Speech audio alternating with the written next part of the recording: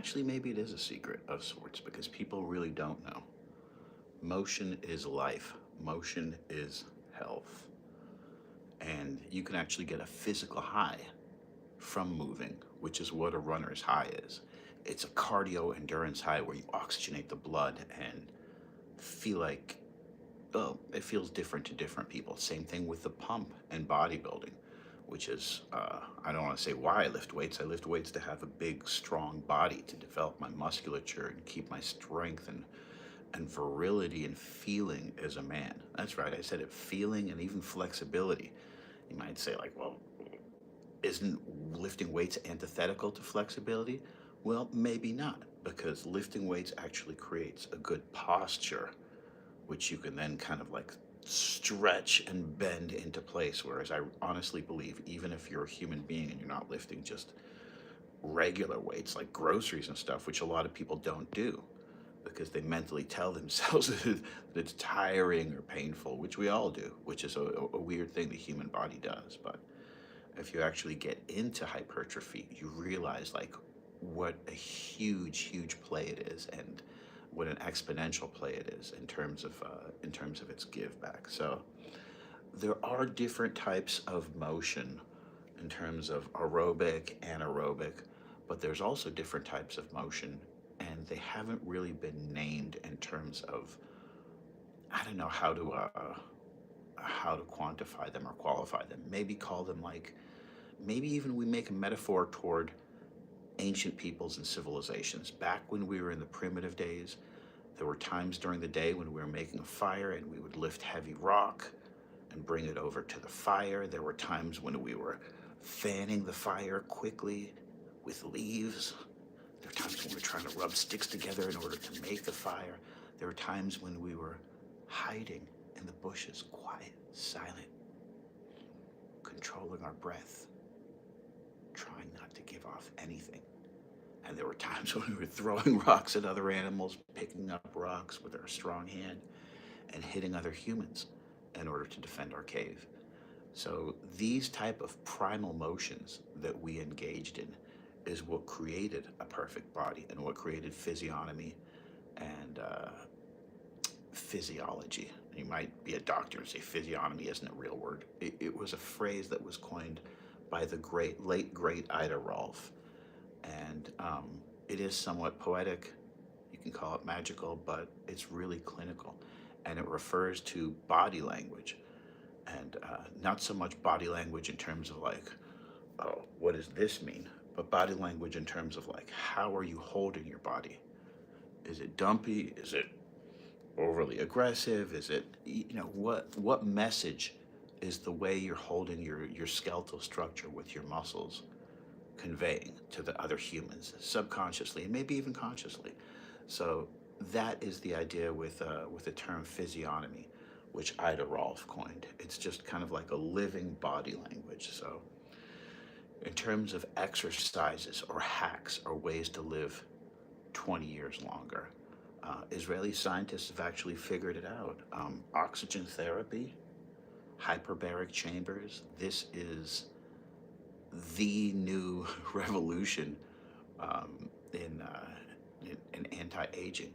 But really, at the end of the day, if you're not managing just your basic health, which so many of us fail to do while managing our finances, mastering so many other elements of life, then it all becomes nebulous. It it all becomes meaningless. I mean, you can get oxygen therapy, but if you're grossly underweight or overweight or have injuries, etc., stuff that you need to deal with, what good does it really do? So I've said this before. I said this, say this all the time, trying to get less on the political side with this channel because we do have successful political channels that cover that type of stuff. But motion, in terms of healing the entire human body and physiology, is a great thing. And the two hidden factors in that, one is free radicals, shaking them out of the body by activating the antioxidant systems, which is what I had a coach in Thailand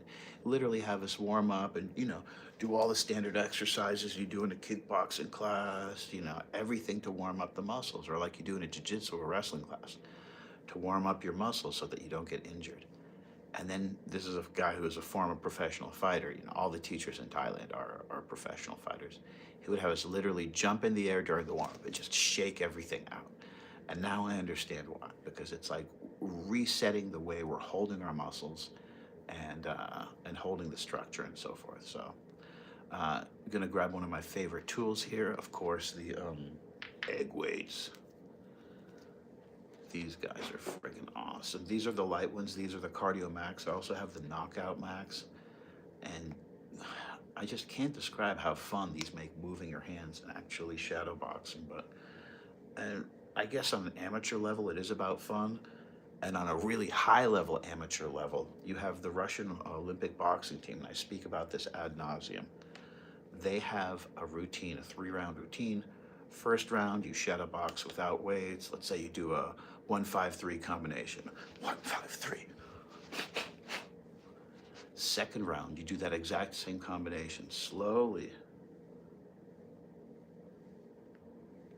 with these light dumbbells and hand weights for 3 minutes. The exact same routine you did for the first 3-minute round. After your 30 seconds rest, you do it weighted for 3 minutes. This is the Russian Olympic boxing team regimen. Then you take a 30-second rest or 1-minute rest. Last 3-minute round, no hand weights. You see that? It even works if you try it doing just 1 rep of it. Doing a motion, whether it be a karate chop or something, loading it with this heavy weight, like giving resistance in every direction, which actually feels amazing. And then look at that. The third time you do it, you don't even have, you think about it. It's like the will. It's, it's like the will is actually moving the body. I'm 50, 174 pounds. What's a good diet? Matt Ruth, great question, brother. Let me just tell you this. What we read, how can I say this? Somebody who's like a high-level pro in my field, I told him recently, I was driving, and our field is all about, I work with my brain. And I said, bro, I had 2 brain farts today. And in speaking with him, I realized I cut red meat out of my diet. Because my buddy Herschel Walker told me this in an interview when I interviewed him for my sports casting job. And all these people, it's basic. Red meat kills you, right? I eat red meat, my brain is functioning perfectly again. Red meat, actually, trust me, I'm not trying to advertise red meat. I try to get it out of my diet. Let's see, what's your height, brother? 50, 174 pounds. If you're 50, 174 pounds and 6'2", you tell me what to eat. I don't know. 20 years ago, I used to train people and work with their diet and work with their motion and fitness. Number one, I'm into the real, you're 5'7". All right, yeah, you got some weight to shed then. And I would also, before just talking out my head about this, say that I'm not a dietitian, I'm no longer a trainer. I would look at what your body type is. Are you an ectomorph, a mesomorph, or an endomorph? Like, what are you meant to be? Are you meant to be 164? Are you meant to be 145 at 5'7"? Like, what's your body frame? And of course, you should do all the examinations you can in order to find your body mass index and so forth. But the subtle stuff that I would add, and this is of course, not professional advice in any way, whole natural foods. This is why the French diet, they couldn't believe it, that these French who were just gaudy and eating all this cream and fats and rich buttery stuff didn't have heart attacks, and they were drinking wine, and there was some sort of balance in this rich diet that on paper seems like it would just give you a heart attack instantly, and actually they were living longer than we were. So 168 pounds, lowest weight. I should be needing more foods for energy. Brother, today I was at maximum energy, and that's a hard thing to achieve. So like I said, enriched wheat flour, plastic water bottles. I eliminated a lot of this stuff out of my diet. I just live a life where I can get healthy, natural water, uh, in a glass bottle. I can get natural bread, which is made at the bakery, fresh. They get a hot loaf at the bakery that I go to.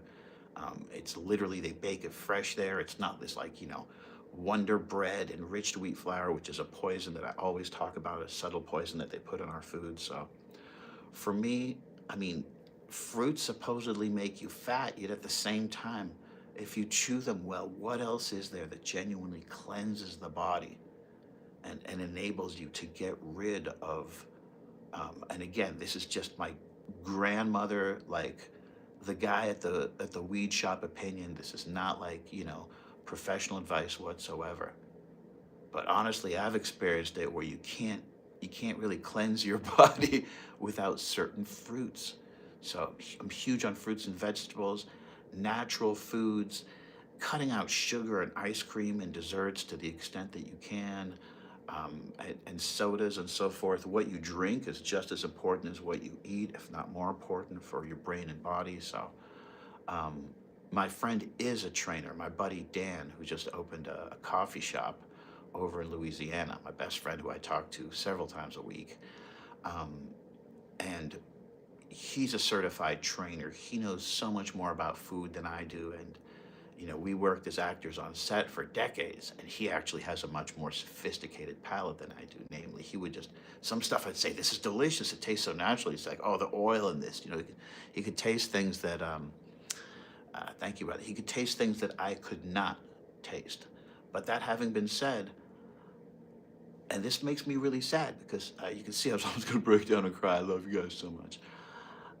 Man, it's funny that I get emotional about it. I see people with horrible bodies all the time, and they've got a bag of Doritos with them, like enriched wheat flour, like colors, poisons, toxins. Like, as an adult, like there are natural organic chips you can get without GMO, without genetically modified corn, which will just give you like a chubby diarrhea looking body. The GMOs and all the toxins and all the poisons and all the artificial flavors. I mean, I was like this when I was 16. I ate Funyuns. I want to say Yoo-hoo, which I loved. I'm not even sure that's bad. Yoo-hoo might even Yoo-hoo might be good, but that's what I ate. I was like Funyuns and whatchamacallit, you know. Um, my friend in grade school at like third grade got us into shoplifting in Brookline, Mass, from the local store, and we would steal candy, and that was like we were drug addicts for candy. That sugar, man, we would bring it home and have a stash. I later gave those old ladies a lot of money with tears in my eyes as an adult, and they were like, "It's okay." They were still there, which was amazing because they seemed like they were 80 when I was a kid, and this was decades and decades and decades later. And one of them was still there, and I said, "You know what, lady?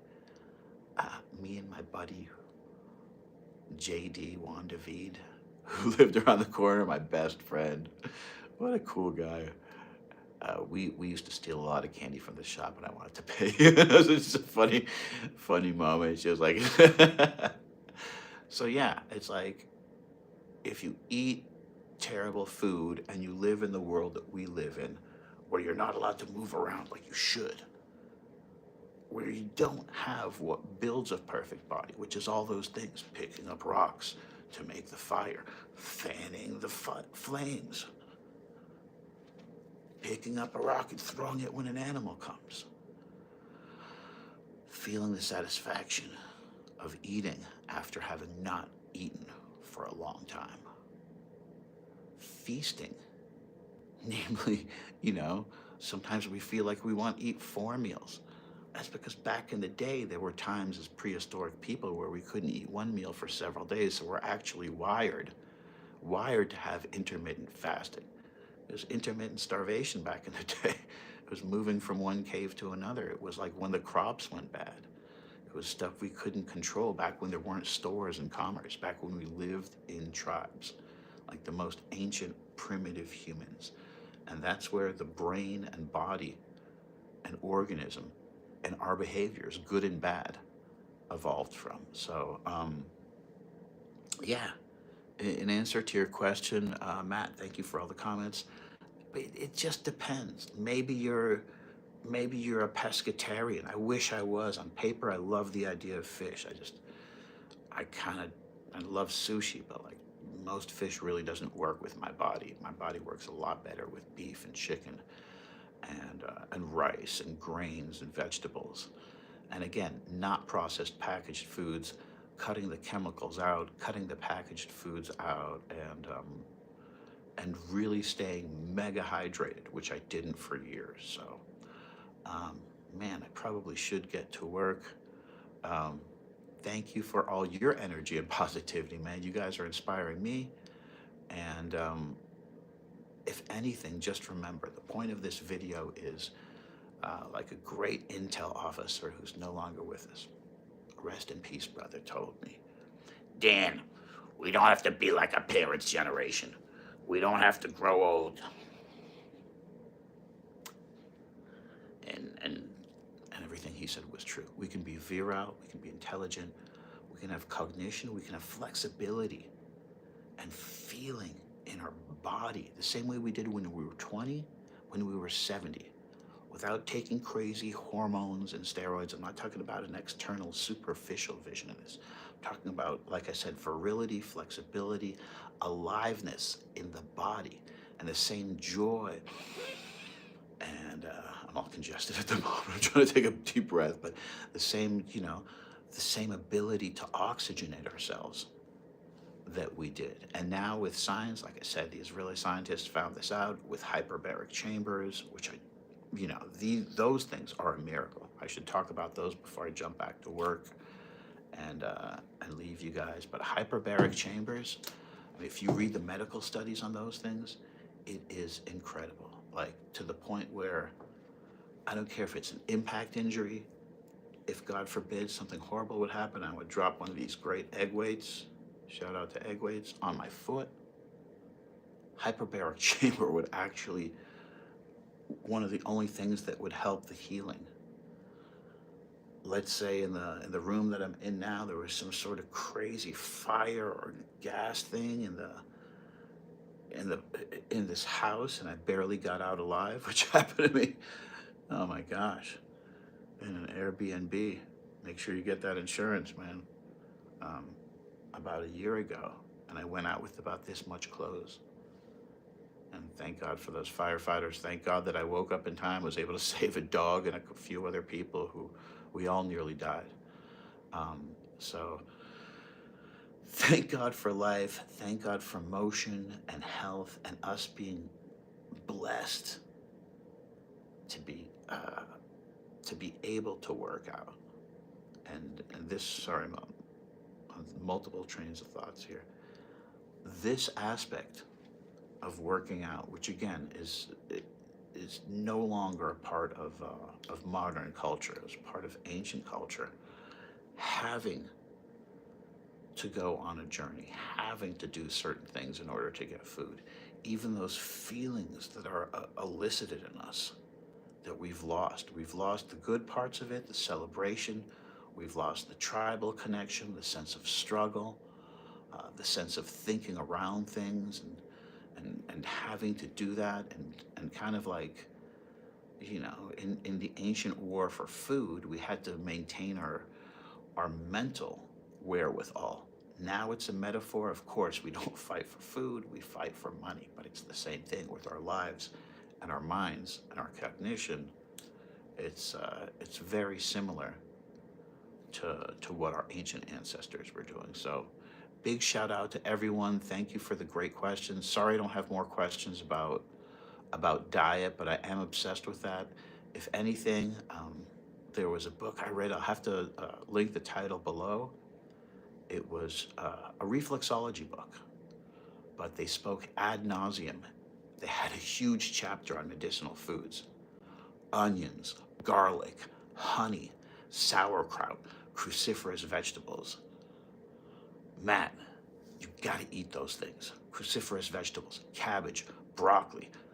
About to go out and get some beef with broccoli right now after this workout, after I pump out some push-ups because there was an issue with my night gym over here. So yeah, in terms of hypertrophy, in terms of bodybuilding, exercise, all that stuff, it's just one holistic part of, us as modern creatures trying to imitate what we were doing, lifting rocks, creating fire, fanning the fire. That's a cardio kickboxing class. Back in the day, it was just 60 minutes of trying to keep a fire going.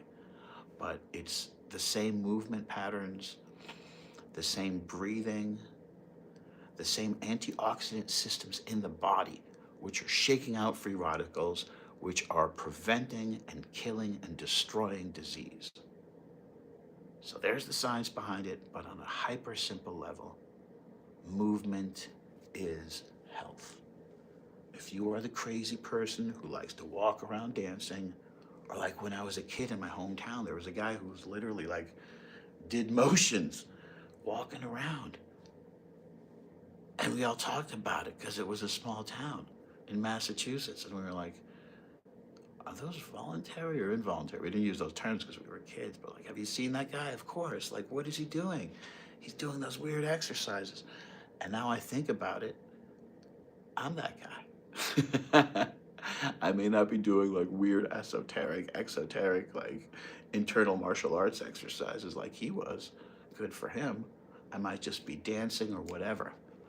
But I'm not doing that. I'm doing that in a very direct way in order to get exercise at times when I can't go to the gym, when I don't have sports, in order to do what Bruce Kumar Francis, who was a great Tai Chi internal martial arts guy, talked about, which is create this pressure by correctly stacking up the organs one on top of the other. We effortlessly create this kind of like squeeze to where it feels like you're sitting on a ball, and instead of being like this or like that, feel that everything is lined up and stacked on top of each other. And that actually creates a healthy compression of the organs, which is squeezing out everything. Because the other part, besides the antioxidant systems and shaking out the free radicals and motion being health and longevity and life, is that we got lymph nodes, brother and sister, starting to sound like Hulk Hogan over here for some reason, in our armpits, under our knees, in the weirdest places. So, paddle tennis, pickleball, basketball, doing Tai Chi, doing motions for hours, yoga, a full 50-minute yoga class, doing these different motions and postures, they call them asana in yoga, is really like probably a lot healthier long term than lifting weights, because we're lifting our own natural weight, and we're not going to injure ourselves. And even if you lift weights, you have to do this stuff in order to maintain flexibility, because you don't want to go into your 30s, 40s, 50s, and beyond and not have the looseness and the body and the motion that you did in your 20s. Because at that point, why are you even working out? You don't want to just be like, stiff and you can't move. I've seen that at the gym, and it's a horrible thing. It's a horrible marker of aging. And markers of aging, which to me, it's just like, it's tragic. Because you hate to see our older generation, which we love and respect and cherish and will never throw out, have these signs of dementia and other cognitive and physical signs of aging, so age-related illnesses. So stay alive for as long as you can, because doctors are curing all that stuff if they haven't already with genetics, and I honestly believe that, and I'm psyched for everyone here. Getting inspired about working out, getting inspired about fitness, being that crazy person on the elevator who puts your leg up and stretches. I mean, even when everyone's turning their head and being like, what are they doing? And stretching your arms back and forth again. I stretch my arms above my head many, many dozens of times a day in public, and it probably looks strange as hell, but I will do those stretches. the ones I learned as an NCAA athlete, which is like a 10-minute, 15-minute routine where you hold a stretch, let's say a back stretch, which is literally after, did about 4 or 5 different ones. You hold this for 4 breaths, let it go, other side. 4 breaths equals about 25 seconds. And that's how long you want to hold the stretch. Put your arm over your head, tricep stretch, bending tricep stretch, forward fold, all of those things. Hold them for 25 seconds, breathe. Again, if you're lifting weights and not doing this, you're basically putting your body in a coffin. Like, you're destroying your joints and your mobility and your nervous system. Like, there needs to be some restorative motion. Like, doing slow, weak, soft motions will make you strong, actually, because it'll integrate the breath and awaken the coordination and the aliveness in your body, as opposed to just chipping away at heavy weights, cooling down, not stretching at all, and you're just almost like shaking afterward. It's just like you don't have that freedom of motion. And I understand now.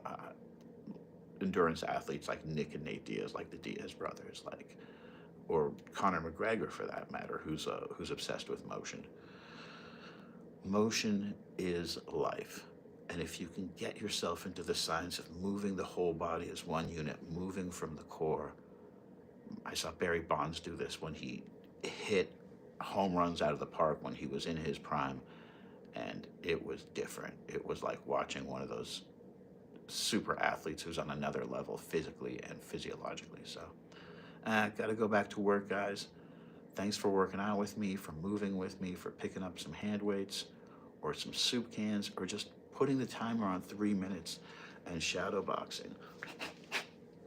Decide to do it fast and intense like that, or decide to breathe and do it slowly and have fun with it. Move from the legs and the butt and the core and the waist and the feet, and really integrate that whole body movement, and maybe even work on some techniques and stances that you're not really good at. Just always watching the fist. So you're training yourself in the heat of battle to still kind of be calm, keep your eyes open, not blink, keep your teeth closed, keep your chin down, not like ridiculously down to where your spinal column is compromised, but down. And you see that? This is not the normal headshot posture, like, hi, I'm here for the interview. Like boxing, martial arts, self-defense, look at those targets that I took away just by draping my shoulders over. You know, when you throw like a blanket over yourself or a jacket over yourself?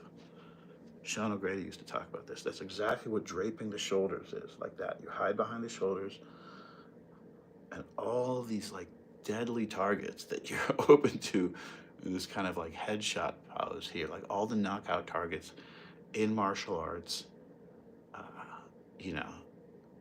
in self-defense, in boxing, all of these targets, boom, they're hidden now.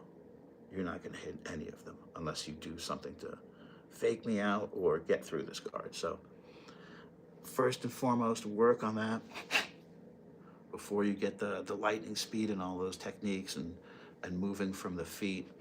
Work on stretching and having good posture and not looking like like this. But then when it's time to get into our boxing and self-defense mode, turtling up. And out of that turtle guard, what comes? Boom. Look at that. Kenny Weldon, much better coach, human being, and fighter than I will ever be, always talked about this. If you're a taller fighter, the shorter fighter is actually an advantage because he can punch up with more power. But at the same time, if you learn how to punch downward like they do in Thai boxing, you can get more power in a straight shot punching downward. And look what we have out of this turtle guard. It's not your natural perfect boxing stance. This is more like you're getting your head beat in. You got to keep your eyes open and cover up. But out of this perfect turtle guard, you've got that power jab. Then you've got this lateral motion of the head, which you can't do when you're in your perfect boxing stance. This Bas Rutten talked about this. You have access to the rear weapon and the lead weapon, the lead hook, is already loaded, and or that lead hook can, look, boom, just be a lead power jab like Kovalev used to knock people out. He was so good at this.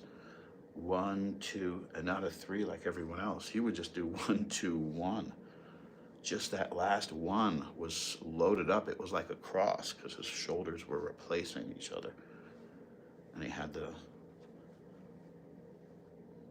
that replacement of the shoulders. Mexican boxing schools, they teach kids from when they're 4 years old to do this.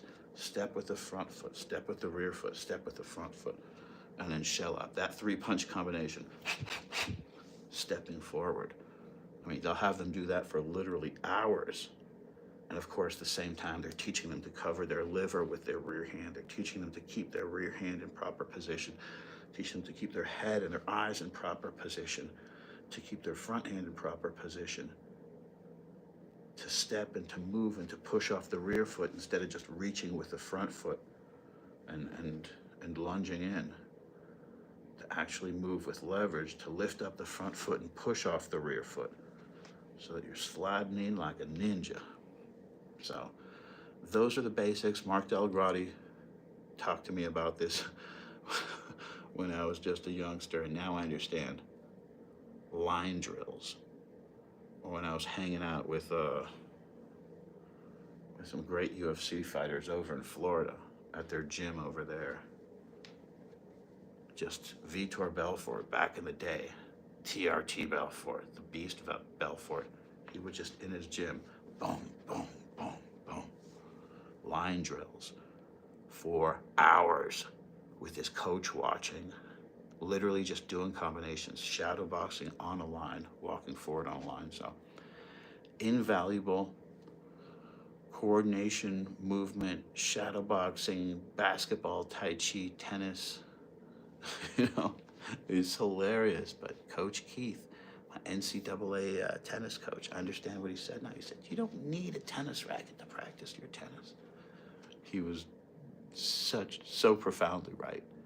So guys, make sure you're moving, stretching, breathing, meditating. Love yourself and everybody in your community, and project good things to come, and they will come. And thank you guys for tuning in and working out with me. It's been a lot of fun. Thank you.